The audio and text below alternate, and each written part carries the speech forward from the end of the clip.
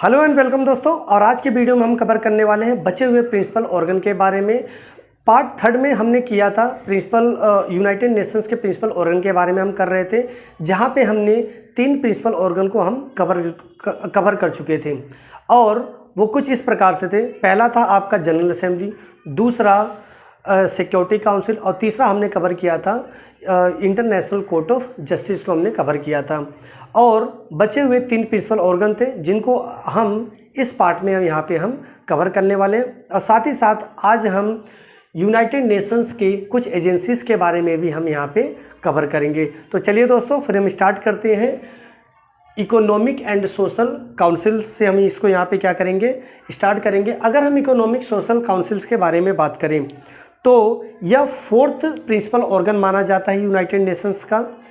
और अगर हम इसके इस्टेब्लिशमेंट की बात करें तो दोस्तों, इसका जो इस्टेब्लिशमेंट हुआ था वो हुआ था 26 जून 1945 को क्या किया गया था, इसको इस्टेब्लिश किया गया था।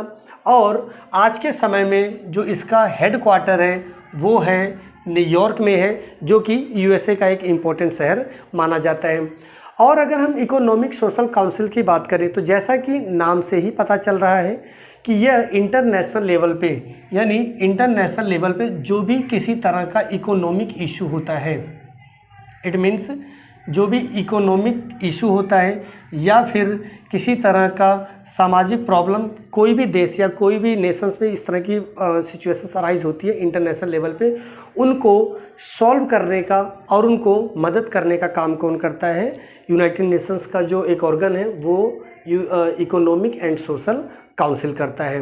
साथ ही साथ अगर हम इसके मेंबर्स की बात करें, they were directly elected by the general assembly. It means जो भी इसके अंदर मेंबर्स काम करते हैं इकोनॉमिक और सोशल काउंसिल के अंदर, वो किसके द्वारा मतलब इलेक्ट किए जाते हैं? जनरल असेंबली के द्वारा किए जाते हैं। और इनका जो कार्यकाल होता है वो 3 सालों के लिए क्या किए जाते हैं? इलेक्ट किए जाते हैं। साथ ही साथ इस पे जो इनकी जो मेंबर संख्या होती है वो 54 सीट्स होती है। और इस प्रकार से इनका चुनाव किया जाता है जिससे कि ओवरऑल वर्ल्ड में जो भी मतलब जियोग्राफिकल लोकेशन है उन सभी को क्या कर सके, रिप्रेजेंट कर सके। इट मीन्स 54 नेशंस को यहाँ पे क्या दी जाती है, सीटें प्रोवाइड करी जाती है। और वो इस प्रकार से मतलब इंटरनेशनल लेवल पे अलग अलग फील्ड में, किस फील्ड में, खासकर इकोनॉमिक और सोशल काउंसिल के फील्ड में किसी भी तरह का इश्यूज़ को वो क्या कर सके, जियोग्राफिकली वो क्या कर सके, उसको रिप्रेजेंट कर सके। तो ये काम होता है किसका? आपके इकोनॉमिक एंड सोशल काउंसिल का। दूसरा इसका जो मतलब जो 5वां प्रिंसिपल ऑर्गन है यूनाइटेड नेशन का वो है आपका सेक्रेटरीट। ठीक है, तो ये जो सेक्रेटरीट है ये क्या काम करता है इंटरनेशनल ऑर्गेनाइजेशन पे? तो अगर हम सेक्रेटरीट की बात करें तो आप एक तरह से समझ सकते हैं कि जो सेक्रेटरीट है एक तरह से ये इंटरनेशनल स्टाफ सर्विसिंग देने का काम करता है। आप इंटरनेशनल स्टाफ सर्विसिंग कुछ इस तरह से समझ सकते हैं, जैसे अगर हम भारत की बात करें तो भारत में आपने नाम सुना होगा आईएएस ऑफिसर। ठीक है, तो एक तरह से भारत सरकार के जो सेक्रेटरी ऑफिसर्स होते हैं उनको क्या कहा जाता है? आईएएस ऑफिसर्स कहा जाता है, जो कि ओवरऑल भारत के लिए क्या करते हैं? सर्विस देने का काम करते हैं। वैसे ही इंटरनेशनल लेवल पे भी इंटरनेशनल स्टाफ सर्विस होता है, जो कि अलग अलग देशों से मेंबर्स क्या किए जाते हैं, अपॉइंट किए जाते हैं और वो डायरेक्ट यूनाइटेड नेशन में क्या करते हैं, एज ए स्टाफ सर्विस के तौर पे काम करते हैं। इट मीन्स भारत से भी कई सारे ऑफिसर्स यहाँ पे क्या करते हैं, वर्क करते हैं। तो वो एक तरह से क्या होते हैं, सेक्रेटरीट माने जाते हैं, किसके? यूनाइटेड नेशन के माने जाते हैं। साथ ही साथ इनका अपना एक प्रिंसिपल ऑर्गन्स होता है जो कि डायरेक्टली हेड कौन करता है? इसका सेक्रेटरी जनरल करता है। इट मीन्स ये जितने भी इंटरनेशनल सेक्रेटरीट जो भी स्टाफ सर्विस होता है उन सब का जो हेड माना जाता है वो यूनाइटेड नेशंस का ही जो सेक्रेटरी जनरल होता है वही माना जाता है, जो कि आज के समय में है एंटोनियो गुटेरेस है। तो जो भी इंटरनेशनल स्टाफ सर्विस होता है उनका जो हेड माना जाता है वो माना जाता है सेक्रेटरी जनरल। और वो कौन है आज के समय में? Antonio Guterres. ठीक। और अगर हम इसके इन सेक्रेटेरिएट ऑफिसर या फिर स्टाफ के अगर अपॉइंटमेंट की बात करें तो इनका जो अपॉइंटमेंट होता है वो जनरल असेंबली के द्वारा इनको क्या किया जाता है, रिकमेंड किया जाता है, जो कि सिक्योरिटी काउंसिल के अंतर्गत ये काम करते हैं। और अगर हम इनके टेन्यूर की बात करें तो मुख्य तौर पे ये जो सेक्रेटेरिएट होते हैं इनका 5 साल का कार्यकाल होता है और इसके बाद इनको क्या कर दिया जाता है, हटा दिया जाता है और इसकी जगह पे कोई दूसरे ऑफिसर्स या फिर सेक्रेटेरिएट स्टाफ को क्या किया जाता है, अपॉइंट किया जाता है। तो ये कुछ उनके अपने मतलब इंटरनेशनल स्टाफ सर्विसिंग होती हैं जो कि सेक्रेटेरिएट के अंडर में काम करते हैं। और जो लास्ट प्रिंसिपल ऑर्गन है वो है ट्रस्टीशिप काउंसिल। अगर हम ट्रस्टीशिप काउंसिल की बात करें तो आज के समय में ये इनएक्टिव माना जा रहा है। इट मीन्स ये डीएक्टिव हो चुका है और आज के समय में ये वर्क नहीं करता है। और जो ट्रस्टीशिप काउंसिल है इसने जो लास्ट परफॉर्मेंस दिया था वो 1994 में दिया था। इसका मतलब सीधा सा है कि नाम से तो ये यूनाइटेड नेशंस का प्रिंसिपल ऑर्गन माना जाता है जो कि 6th प्रिंसिपल ऑर्गन माना जाता है, लेकिन आज के समय में यह कंप्लीट रूप से अबोलिश कर दिया गया है और ये इनएक्टिव फॉर्म में नहीं है। तो लास्ट जो इसने परफॉर्म दिया था वो एक पलाऊ देश था, उस पलाऊ देश के लिए काम किया था। अब ये करता क्या है, हुआ यह था कि after the ending of second world war, जब द्वितीय विश्व युद्ध का समाप्ति हुई थी तो बहुत से ऐसे देश थे जो कि किसी न किसी देश के क्या थे, कॉलोनी में आते थे। उदाहरण के तौर पर अगर हम भारत की बात करें तो भारत भी किसका कॉलोनी में आता था, ब्रिटिशर्स की कॉलोनी में आता था।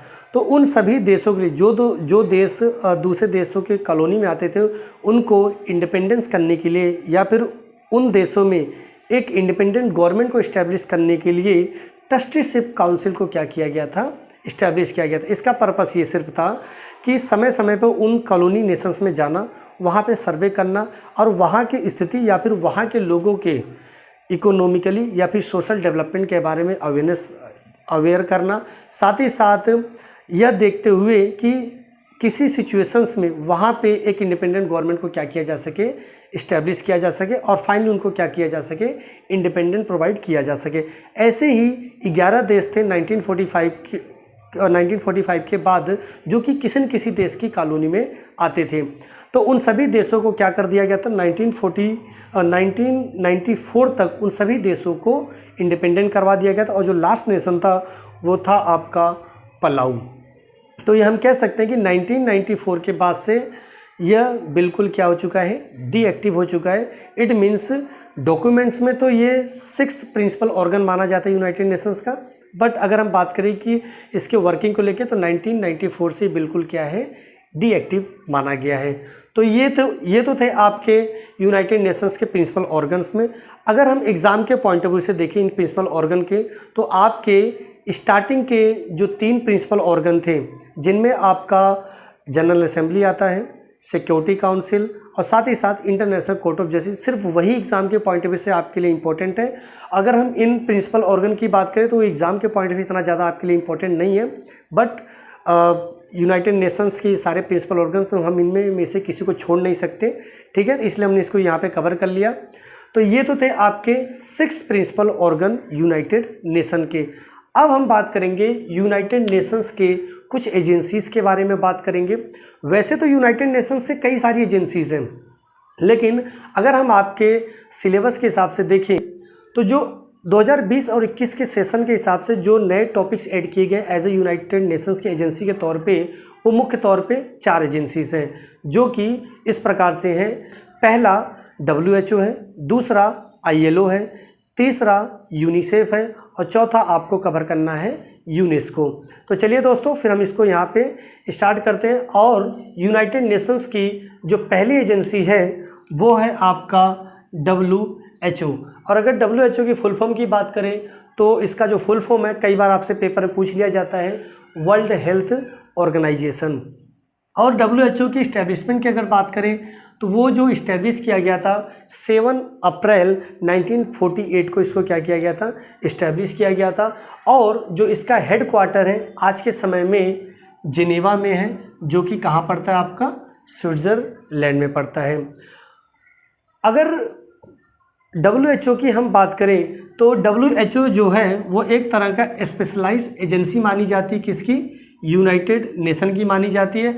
And it is responsible for the international public health, यानी इंटरनेशनल लेवल पे जो लोग हैं उनके हेल्थ के लिए, उनके हेल्थ के डेवलपमेंट के लिए रिस्पॉन्सिबल अगर एकमात्र कोई संस्था इंटरनेशनल लेवल पे मानी जाती है तो वो मानी जाती है आपकी WHO मानी जाती है।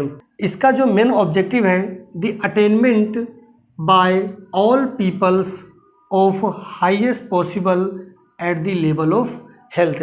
इट मीन्स जो हाईएस्ट पॉसिबल हेल्थ को बेनिफिशियल किया जा सकता है या फिर डेवलप किया जा सकता है, उन सभी को डेवलप करने का जो काम या फिर रिस्पॉन्सिबिलिटी मानी जाती है वो एकमात्र WHO की मानी जाती है इंटरनेशनल लेवल पे। इट मीन्स इंटरनेशनल लेवल पे, या फिर हम कहें कि ग्लोबल लेवल पे जो मतलब पब्लिक हेल्थ के लिए जो मतलब इम्पोर्टेंट माना जाता है या फिर ऑर्गेनाइजेशन मानी जाती है, वो कौन काम करता है? आपका WHO काम करता है। अगर हम इसके ऑब्जेक्टिव की बात करें तो इसका जो मेन ऑब्जेक्टिव माना जाता है, इसका सिंपल ऑब्जेक्टिव ये है कि provide all peoples of the highest possible level of health. It means international level पे बेटर हेल्थ फैसिलिटीज़ प्रोवाइड करना और समय समय पे जो भी बीमारियां इंटरनेशनल लेवल पे अराइज होती हैं या फिर किसी भी देश को मतलब हेल्थ से रिलेटेड किसी तरह की प्रॉब्लम्स होती हैं उनको ऐड करने का या फिर असिस्ट करने का काम कौन करता है? आपका WHO करता है। और जैसा कि आपने अभी हाल ही में देखा होगा कि कोरोना काल में किस तरह से महामारी के रूप में कोरोना निकल के आता है, तो यहाँ पे WHO की एक इम्पोर्टेंट भूमिका निभाई जाती है, जो कि समय समय पे गाइडलाइंस प्रोवाइड करता है और किस तरह के वैक्सीन्स या फिर किस तरह के एसेट्स इंटरनेशनल लेवल पे, इंटरनेशनल नेशंस में जो देश है जिनको मदद की ज़रूरत होती है, वहाँ पे WHO ने एक इम्पोर्टेंट रोल प्ले किया। तो हम ये कह सकते हैं कि ग्लोबल वर्ल्ड पे पब्लिक हेल्थ के लिए जो एकमात्र एजेंसी जो रिस्पॉन्सिबल मानी जाती है वो आपकी WHO मानी जाती है। तो ये तो थी इसकी पहली एजेंसी यूनाइटेड नेशंस की। अब हम बात करेंगे जो दूसरी एजेंसी है यूनाइटेड नेशंस की, वो है आपका ILO। ILO की फुल फॉर्म की अगर बात करें तो वो है आपका इंटरनेशनल लेबर ऑर्गेनाइजेशन। तो आपको नाम से ही पता चल रहा होगा कि आखिर ये करता क्या है। तो सबसे पहले हम इसके इस्टेब्लिशमेंट की बात कर लेते हैं। तो इसको इस्टेब्लिश किया गया था 11 अक्टूबर 1919 को, इसको क्या किया गया था? इस्टेब्लिश किया गया था। और इसका भी हेडक्वार्टर कहाँ पे है? आपका जिनेवा में है, जो कि स्विट्ज़रलैंड का एक शहर माना जाता है। इंटरनेशनल लेबर ऑर्गेनाइजेशन की अगर हम ऑब्जेक्टिव के बारे में बात करें तो इसका जो मेन ऑब्जेक्टिव है, to promote the efficient condition of social condition work for the workers at the global level. It means global world पे जो भी वर्कर्स हैं या फिर जो भी मतलब लेबर क्लास के लोग हैं या फिर इस तरह की संस्थाओं के लिए काम करती है आपका international labour organisation. It means जो भी मजदूर संगठन होता है या फिर जो लेबर्स होते हैं, वर्कर्स होते हैं, इनके ह्यूमन राइट्स, इनके इंटरेस्ट, इनके वेजेस, इनकी सैलरी के लिए एक तरह का प्रोपेगेंडा या फिर एजेंडा को प्रिपेयर्ड और इंटरनेशनल लेवल पे बनाए रखने के लिए जो एक संस्था जो यूनाइटेड नेशन की जो काम करती है वो है आपकी इंटरनेशनल लेबर ऑर्गेनाइजेशन। और यह लेबर के सेक्टर में या फिर वर्कर्स के फील्ड में काफ़ी हद तक मतलब ये काफ़ी ज़्यादा योगदान मानी जाती है। और इसी के वर्क के लिए 1969 में ILO को नोबेल पुरस्कार से भी नवाजा जा चुका है। ठीक है दोस्तों, इसके अलावा ये जो आपका ILO है यानी international labour organisation, there is an incentive for the women and male workers. और ILO ये सुनिश्चित भी करता है कि इंटरनेशनल लेवल पर फिर किसी भी देश में किसी भी तरह का मेल और फीमेल में डिफ्रेंशिएशन नहीं होना चाहिए वाइल वर्किंग देयर जॉब। यानी अगर कहीं पे किसी भी संस्था या किसी भी ऑर्गेनाइजेशन में महिला या फिर पुरुष काम करते हैं तो वहाँ पे किसी भी तरह का वेजेस, सैलरी, कंपनसेशन या फिर एक तरह से कह सकते हैं कि इंश्योरेंस के मामले में किसी तरह का डिफ्रेंशिएट नहीं किया जा सकता है। सभी को एक समान तरह के अधिकार दिया जाना चाहिए, ऐसा ILO के द्वारा चीज़ें सुनिश्चित करी जाती है। और अगर हम आईएलओ के कुछ और ऑब्जेक्टिव के बारे में बात करें तो आईएलओ के अकॉर्डिंग किसी भी ऑर्गेनाइजेशंस को कुछ खास चीज़ों का ध्यान देना पड़ता है अपने वर्क स्टेशन में या फिर अपने कंपनी में, जैसे महिलाओं या फिर पुरुष को लेके, उनके सेफ्टी को लेके, उनके पैरिटी को लेके, साथ ही साथ उनके सेल्फ रेस्पेक्ट कंडीशन को भी देखते हुए वहाँ पे ये आपका इंटरनेशनल लेबर ऑर्गेनाइजेशन काम करता है। ठीक है दोस्तों, तो ये तो रही बात WHO और आईएलओ के। इसके अलावा दो और यूनाइटेड नेशंस की एजेंसीज है जिसको हम नेक्स्ट पार्ट में करेंगे, और वहाँ पे यूनाइटेड नेशंस की एजेंसीज को भी हम यहाँ पे कवर कर देंगे। तो चलिए दोस्तों, तो आज के लिए बस इतना ही था। ठीक है, तो आई होप आपको ये चीज़ें क्लियर रही होंगी। तो आज के लिए दोस्तों बस इतना ही। बहुत बहुत धन्यवाद आपका।